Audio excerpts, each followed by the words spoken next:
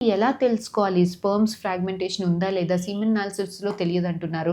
మరి దీనికి ఎటువంటి టెస్ట్ ఉంటుంది తెలుసుకోవడానికి అంటే డీఎన్ఏ ఫ్రాగ్మెంటేషన్ ఇండెక్స్ డీఎఫ్ఐ అనే టెస్ట్ ఉంటుందండి. ఇది స్పెర్మ్ మీద యాక్ట్ చేసే టెస్టే. దీనికి మనకి యూజువల్‌గా సీమెన్ అనాలిసిస్‌లో గ్యాప్ 2-7 డేస్ పెట్టుకోవాలి అని చెప్తాం. కానీ మీరు డీఎన్ఏ ఫ్రాగ్మెంటేషన్ ఇండెక్స్‌కి ఇచ్చేటప్పుడు మీకు హస్బెండ్ వైఫ్ కలవకుండా గ్యాప్ అనేది ఓన్లీ 48 అవర్స్ మాత్రమే ఉండాలి. అంతకన్నా ఎక్కువగా ఉంటే కూడా రిజల్ట్ అనేది కరెక్ట్‌గా రాదు. సో, 48 అవర్స్ గ్యాప్ పెట్టుకొని సీమెన్‌కి టెస్టింగ్‌కి ఇచ్చినప్పుడు దాన్ని డీఎన్ఏ ఫ్రాగ్మెంటేషన్ ఇండెక్స్ అనే టెస్ట్‌కి పంపిస్తాము. అందులో మీ డీఎన్ఏ 100 స్పెర్మ్స్‌లో ఎన్ని స్పెర్మ్స్ జెనెటిక్ మెటీరియల్ ఫ్రాగ్మెంటేషన్ ఉంది అన్న రిపోర్ట్ వస్తుంది.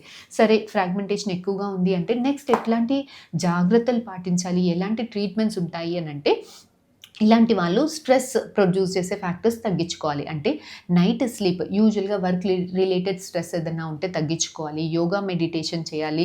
నైట్ అడిక్వేట్‌గా స్లీప్ ఉండేలాగా చూసుకోవాలి. ఫ్రీక్వెంట్‌గా హస్బెండ్ వైఫ్ డైలీ అన్నా, ఆల్టర్‌నేట్ డేస్ అన్నా హస్బెండ్ వైఫ్ కలిసి ఉండాలి. ఏమైనా మెడికేషన్స్ తీసుకున్నట్టయితే స్పెర్మ్ తోటి ఇంటర్ఫియర్ అవ్వకుండా ఉండేలాంటి మెడికేషన్స్‌కి మార్చుకోవాలి. డయాబెటిస్ ఏదన్నా ఉంటే కంట్రోల్ చేసుకోవాలి. ఇన్ఫెక్షన్స్ ఏదన్నా ఉంటే చూసుకోవాలి. ఎక్సర్సైజ్ రెగ్యులర్‌గా, బాడీ వెయిట్ అడిక్వేట్‌గా ఉండేలాగా చూసుకోవాలి. స్మోకింగ్, ఆల్కహాల్ కంప్లీట్‌గా కట్ డౌన్ చేయాలి. సెల్ ఫోన్స్ అనేవి కింద పాకెట్‌లో కాకుండా షర్ట్ పాకెట్స్‌లో పెట్టుకోవాలి. ల్యాప్స్ మీద కాకుండా టేబుల్ మీద పెట్టుకోవాలి. ఎక్కువ సేపు కూర్చొని ఉండకూడదు.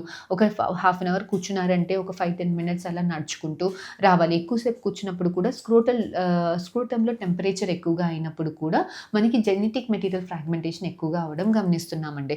సో, ఇలాంటి జాగ్రత్తలన్నీ పాటించి హెల్తీ డైట్ తీసుకొని, యాంటీఆక్సిడెంట్ రిచ్ డైట్ తీసుకొని, కొన్ని యాంటీఆక్సిడెంట్స్ కూడా మీ ఫెర్టిలిటీ స్పెషలిస్ట్, మీ డాక్టర్స్ మీకు ఇస్తారండి.